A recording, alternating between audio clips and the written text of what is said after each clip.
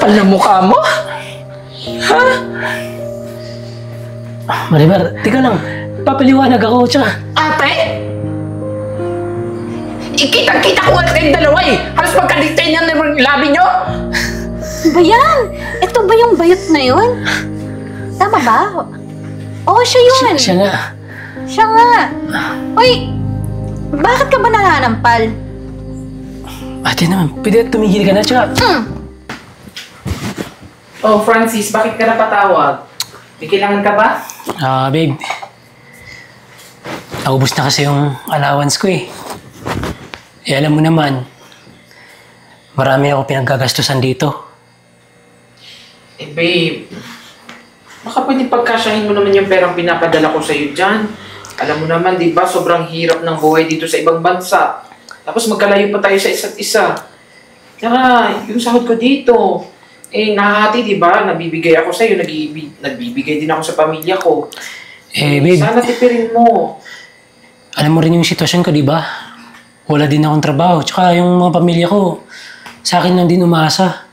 Eh, sana naman, maintindihan mo rin yung sitwasyon ko. Sige. Papadala ako. Papadalan kita ng pera, pero sana, babe, ha? Igastos mo sa tama yung perang pinapadala ko sa'yo. Babe, kung magpapadala ka, lakihan mo ha. Para naman, katapusan ng buwan, hindi na ako hihingi. Sige na. Pero siguraduhin mo, ha, na hindi ka magloloko dyan. Alam mo naman na malayo tayo sa isa't isa. Nandito ako sa Saudi. Oo naman, tsaka, alam mo naman na ikaw lang yung love ko eh. Di ba? Sige na. Parang tanga naman to. Wala bang kiss? Ano? Sige na, love you. Love you. Ingat ka dyan. Yung pera ha? Ano na, sige na. Love you. Love you.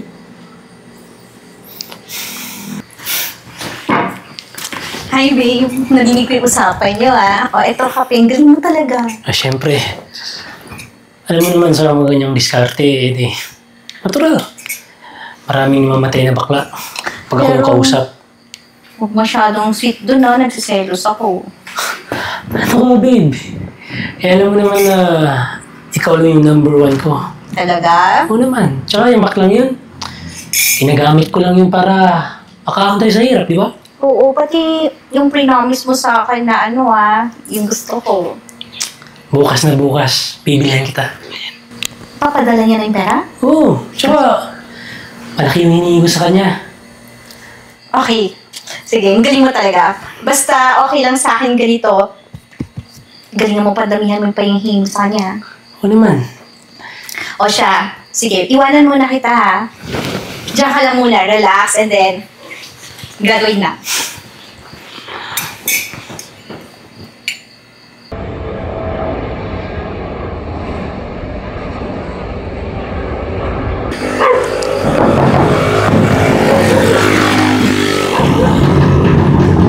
Ayan, gabi-gabi na eh. Ayan, istorbo naman. Hi, Jaboy. Marimar! Bakit bigla naman yung pag-uwi mo? Di ka naman nagsabi sa akin. Ay, naku, Jaboy. Eh, paano ko naman sasabihin sa'yo? Eh, gusto kong surprisahin yung Alam mo na, gusto kong surprisahin yung boyfriend ko. Tsaka huwag ka maingay, ha? Eh, bala ko kasi na hindi pa alam sa kanya. Eh, sa ganun eh, ma-surprise siya, diba, na nandito na pala ako sa Pinas? Marimar! Alam mo, Jaboy, mas na-miss ko na talaga siya eh. Dapat kasi sinabi mo sa akin para nasundo man lang kita sa airport. Ano ka ba? Hindi na kailangan. Tsaka, kaya ko naman dalhin yung gamit ko eh. Tsaka, yung gamit ko nandun naiwan sa hotel. Babalikan ko na lang yun mamaya. Hindi, gito na lang. Gusto mo balikan na lang muna natin yung gamit mo sa hotel? Ano ka ba? Pupuntahan ko na si Francis kasi surprise ko nga siya. Marimar! Balikan na lang muna natin yung gamit mo sa hotel. Baka mawala. Ba, mamaya na. Gusto ko na mayakap yung boyfriend ko. Ano ka ba? Marimar, teka lang! Baka mawala yung gamit mo doon sa hotel. Balikan na lang muna natin. Ano ka ba? Hindi mawawala yun kasi may bantay naman dun eh. Eto talaga si Jaboy. So, paano maulan ako, ha? Marimar, teka lang! Jaboy, ha? Ano ka? Nagugutom ka? Kain muna tayo sa labas. Ano ka ba? Excited na ako ma-meet yung boyfriend ko. Ito, kung anong pinagagawa sa buhay, mas mabuti pa sa manok. Halika na. Hindi, teka lang. Tara na! Teka lang. Excited na ako.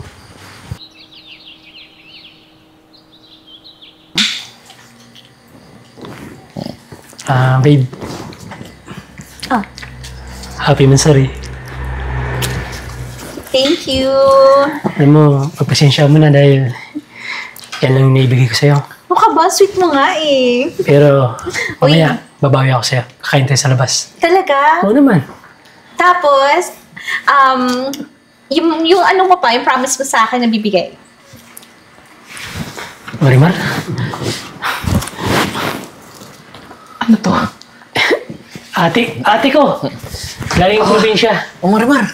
Binigay ko kasi ng bulaklak kasi mansari nila ng asawa niya. Aminin mo na nga sa kanya, ate ka dyan. Mansari natin ngayon mo sirain. Kapal na mukha mo? Ha?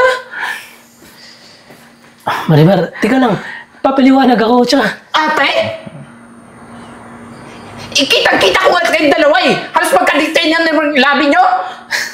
Ba yan? Ito ba yung bayot na yun? Tama ba? Oo, siya yun. Siya nga. Siya nga. Uy, bakit ka ba nananampal? Ate naman, pwede tumigil ka na, tsaka... Sasampalin din kita, isa pang ate mo. Alam mo, ikaw ang kapal na mukha mo? Hindi mo ba alam? May karelasyon na yung kinakalantari mo? Excuse me, mas una ako. Ako yung original. Francis, paano mo nagawa to sa akin, ha? Alam mo, minahal kita ng sobra! Pinapadalang kita ng pera tapos sa babae yan lang pala nakita! Tama na nga! Sa tingin mo ba talagang gusto ka niya? Tingnan mo nga yung sarili mo. Hindi mo ba alam? Hindi mo ba nakikita yung itsura mo? Bakit? Oh, Ikaw, tinignan mo ba yung sarili mo, ha? oo. At nakita mo ba kung gaano kakalaking ahas? Excuse me, ako nga yung original eh. Di ibig sabihin, ikaw yung ahas, and FYI, babae ako. Original? Kapal na mukha mo sabihin yan. Bago ako umalis na ibang bansa, kami ni Francis. At hindi ka pa pumasok sa buhay namin. Ano? Matagal mo na ba itong ginawa sa akin, ha? Ang kapal na mukha niyo! Tama na nga, bakla ka! Tsaka Marimar, ano magagawin ko dito? Natural maghahanap ako. Bakit mo ito nagawa sa akin? Bakit sa tingin mo magtitiis ako sa'yo?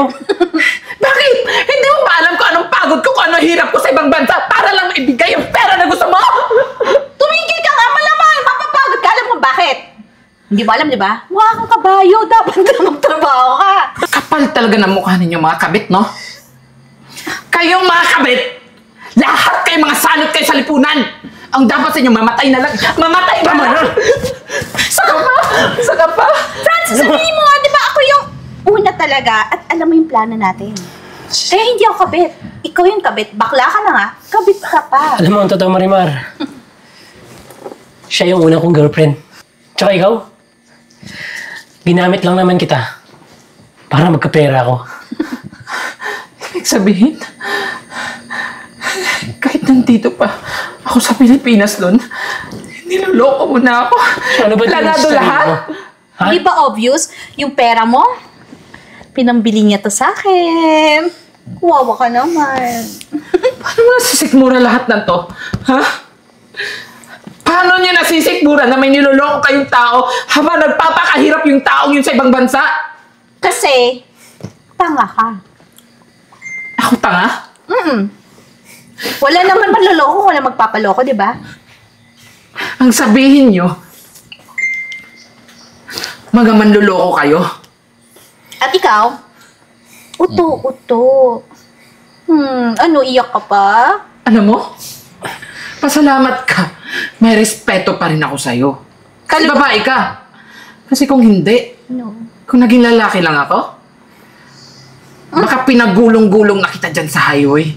Excuse me, lalaki kang pinanganak. Kaya lalaki ka talaga, feeling babae lang. Alam mo ikaw, isa kang malaking higat na dapat buksain. Alam mo dapat sa'yo? kinakalbo eh. Halika na rito. Ano ba rito? Marimar! Tama na. Ikaw naman lalaki ka, ha? Isa pa. Tatamaan ka na sa At ikaw naman lalaki ka. Ha? Pagtanggol mo sarili mo. Ano sa tingin mo? Natatakot ako sa'yo? Ibalik mo yung pera ko! Ibalik mo yung pera ko! Tumigil ka na! Manloloko ka na nga eh! Di ba? Tumigil ka na. Ano pa bang ibabalik ko? Nakita mo naman, di ba? Pinambili ko ng cellphone. Pinambili ko ng mga luho ko. Pati akin. Sa tingin mo, ibabalik ko pa yun sa'yo? Eh lahat naman ng hinihingi mo, binibigay ko rin. Francis, hindi mo pwedeng gawin sa akin ito. Ako yung mahal mo, di ba? Ako yung mahal mo. Ako yung mahal mo. Tumihan, bakla ka! Tama na! Kadiri! Yo! Alam mo, nababaliw ka na eh. Babe, tara na. Umalis na tayo dito. Hindi! Atin to. Hoy, ikaw bakla ka. Malis ka nga dito. Ano aalis? Eh bahay ko to. Ako may-ari ng bahay nito. Dugot tawis yung puhunan ko dito sa bahay na to. Tapos ako yung papaalis niyo. Kapal naman mukha mo. Kapal ang mukha mo. Kapal ang mukha mo! Pwede ba tumigil ka na? Wala ka ng karapatan sa bahay na to. Dahil sa akin, nakapangalan ng bahay na to. So isa pa. Lahat ng pera sa bangko mo, na-withdraw ko na. Ano? Ano na yan? Pwes ngayon, J-Boy, mamili ka. Trabaho? O kakampihan mo yan? Anong ginawa mo sa pera ko? Alisin mo na, J-Boy! Ma'am Marimar! Alisin mo na ang baklang yan! Pasensya na ha, pero tara na. Anong ginawa mo sa pera ko? Binigyan kita ng access. Pinagkatiwalaan kita. Alisin mo na yung Marimar! baklang yan! Ma'am Marimar, tara na po! Naiya ka. Naiya ka. Umalis ka na! Ay, yung bag niyan! Dali mo, baka may virus pa. Wait lang po yung bag niya ha. Go! Ay, sorry po. Ang galing mo talaga dun. Pero next time nga, huwag ka mga ano sa kanya. Tingnan mo, nadumihan ka tuloy. Kaya nga, nasaktan ako dito eh. Kiss mo nga. Ikaw naman. Di mo pa ako natitreat kanini. Ako, di ako makakauwi nito.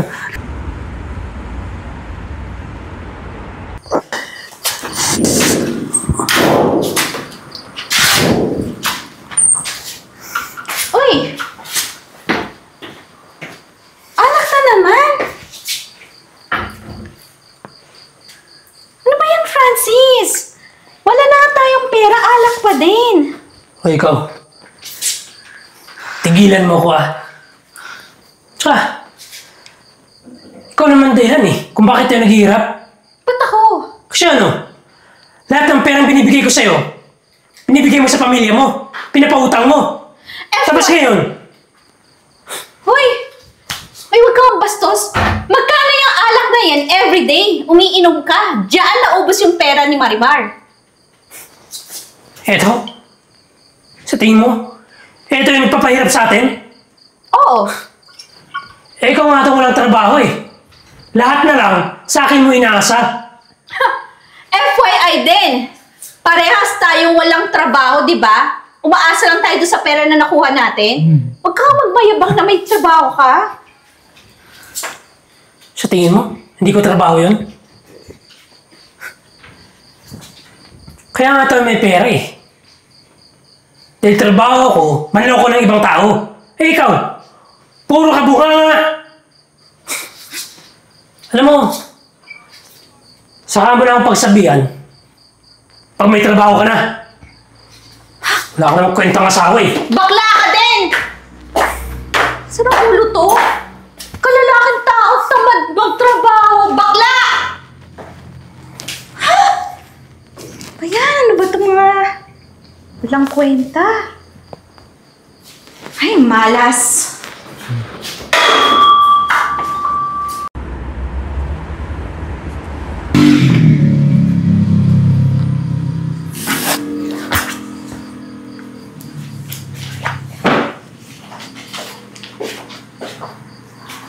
Ba't ang nitot mong baklang kabayo? Hoy! Ay, nakakasira talaga ng araw. Anong ginagawa mo dito? Hindi mo ba alam yung inuupuan mo is para sa boss. Huwag kang mag-feeling boss. Feeling talaga nito. Bakla na nga, feeling pa. Kakasabi mo lang, di ba? Na bakla ha? Itong upuan na to is upuan ng boss. Ako yung boss dito. Alam mo, hanggang ngayon dala-dala mo pa rin yung pagiging ano mo, no? Joker mo. Boss ka. Alam mo? Ano, ng mga... Kabayo ka, di ba? Bakit parang kuneho? Alam mo, nag-a-apply ka na nga lang dito sa opisina ko. Oh, Nag-uugaling squatter ka pa rin. Wala ka pa rin talaga pinagbago, ano? Kaya ba, inahas mo yung boyfriend ko kasi ugaling squatter ka? alam mo, ipapaalala ko sa'yo. Una, hindi mo siya boyfriend. Asyumera ka lang. Hindi ka niya mahal. Pangalawa, hindi ko siya inahas dahil ako yung original. Pangatlo, alam mo, until now, no? Feeling ka pa rin talaga na may boss ba nagsusot ng ganyan? Alam mo, sa tingin ko naman hindi ka talaga makapaniwala. Dahil ang buong akala nyo, walang-wala na ako. Wala naman talaga. Sabihin na nating nakuha nyo nga yung pera ko. Pero hindi lahat. Dahil merong mas malaki akong ipon na hindi nyo nadekwat. Alam mo, kawawa kayo eh. Kasi hindi ka naman mag-a-apply dito kung hindi kayo naghihirap. Siguro, wala na kayong kinakain, ano? Ano? Isang tuka na ba kayo ngayon? Siguro nga, karma na yung lumalapit sa inyo. Bukod sa mga wala kayong kwenta, manluloko. Ngayon, mukha na kayong mga hampas lupa. Alam mo, ikaw bakla ka. Malalaman ko din buong katotohanan. Alam ko nagpapanggap ka lang. Talaga? O, sige.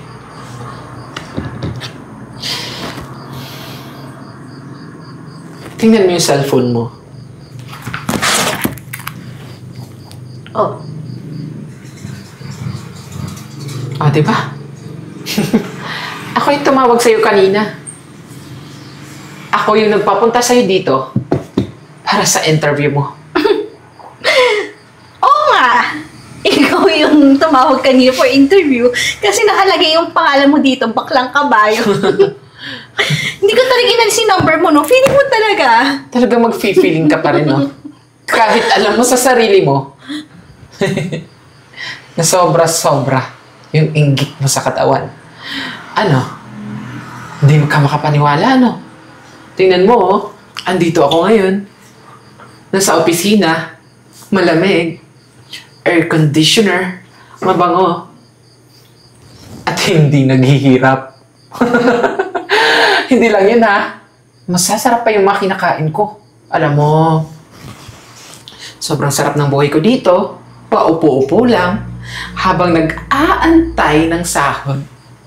Tsaka, hindi ako empleyado dito, ha? Kasi ako mismo yung may-ari. At meron pa akong mga 1,000 mga empleyado na pinapasahuran ko. Gusto mo ba i-hire kita? Pero bilang tagalinis ng kubeta. Sa mukha mo? Hindi na. Alam mo bakit? Wag na. Kasi kawawa ka naman kapag sinabi ko pa. Mas kawawa ka. Kasi kahit kailan, hindi ka makakakuha ng trabaho sa kahit na kaninong company. Kasi sa ugali mo pa lang, bagsak ka na. Tingnan mo yung itsura mo ngayon, no? Nagigigil ka ba? Nanggagalaiti ka pa? Sige, magalit ka lang. Yan yung gusto ko sa'yo eh. Matapang. Total, isa ka naman ng babaeng mukhang pera. Diba? Sa'yo na nanggaling, di ba? Babae ako. At ikaw, kahit paikot-ikutin pa mundo, never kang magiging babae. Kawawa ka naman. Ano nakakatawa? Ano nakakatawa? Yung itsura mo. Tingnan mo yung itsura mo, oh. Galit na galit. Gustong manakit. Oo, naiinis ako sa mukha mong bakla. Hindi pa tayo tapos, ha? Forever! Bakla!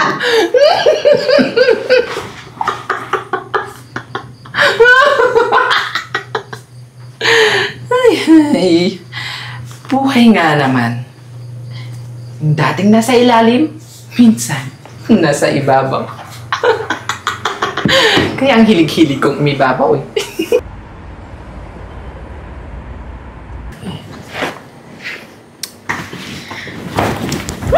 Malas ko talaga sa'yo. Ano ba? Malas na itong araw na to. Sa trabaho, di ako natanggap. Tapos, nadadatnan ko yung ganyan pa. Tamad-tamad, walang pangarap sa buhay. Eh di ba, huwag mo isisi sa akin yung kabubuhan mo. Hindi ko naman kasalanan yan eh. Kung sabihin mo, tatanga-taka ka sa interview. Hindi.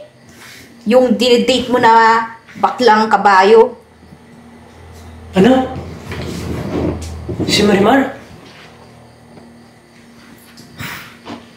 Teka lang. Anong ibig mo sabihin?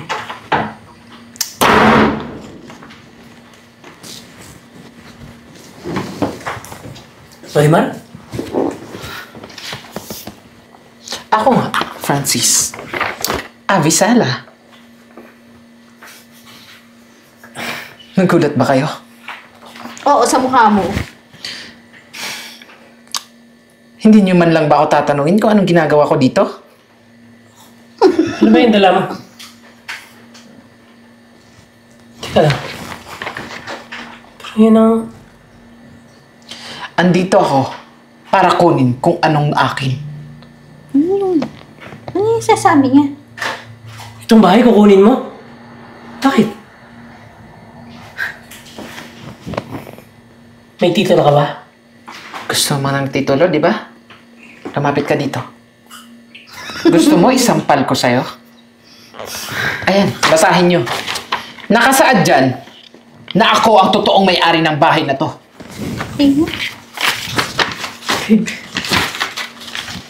Akala nyo siguro palalampasin ko yung ginawa ninyo. Ang kapal ng pagmumukha ninyo. Pagkatapos nyo akong palayasin sa sarili kong pamamahay? Ano? Sa tingin nyo ba hahayaan ko lang kayo? Alam mo, ikaw bakla ka. May point ka naman eh. Sa'yo na to. Wala naman tong kwento eh. Alam mo, Sa'yo na yan. hindi siya yung pinunta ko dito. Kahit isaksak mo siya sa baga mo, wala akong pakialam sa kanya. Magsama kayo. Kahit hanggang kamatayan. O kahit pa, hanggang impyerno. Kasi wala akong pakialam sa inyong dalawa. Ang gusto kong mangyari, umalis kayo dito sa bahay at impakin nyo na yung mga gamit ninyo. Tigilan nyo na yung away nyo. Pwede naman magsama tayong tatlo dito ah. Ew! Magsama tayong tatlo? Ano sa palagay mo?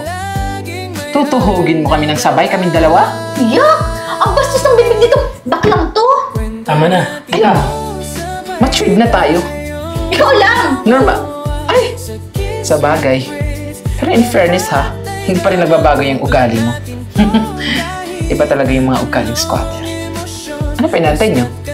Umalis na kayo o sasampalin ko kayong dalawa. Hindi na. Ayaw ko madapuan ng kabayan. Baka maging kabayo din Ah, ako. talaga? Nagmamatigas ka pa? Tara. Tara na! Kabayo! Kabayo! Ah! Niwan pa yung bag ko. Akin to. Alam mo, ikaw lang yung matapang na kontrabida na kahit dapat nakarma na sa dulo, nagmamatapang pa rin. Pero thank you. Kasi at least, nakamit ko na yung hustisyang para sa akin. Pero hindi pa dito nagtatapos. Hindi pa ako tapos sa kanilang dalawa. Babalikan ko sila at sisiguraduhin kong gagawin kong miserable yung buhay nila. O diba? Ako tuloy yung nagmukhang kontrabida sa story na to.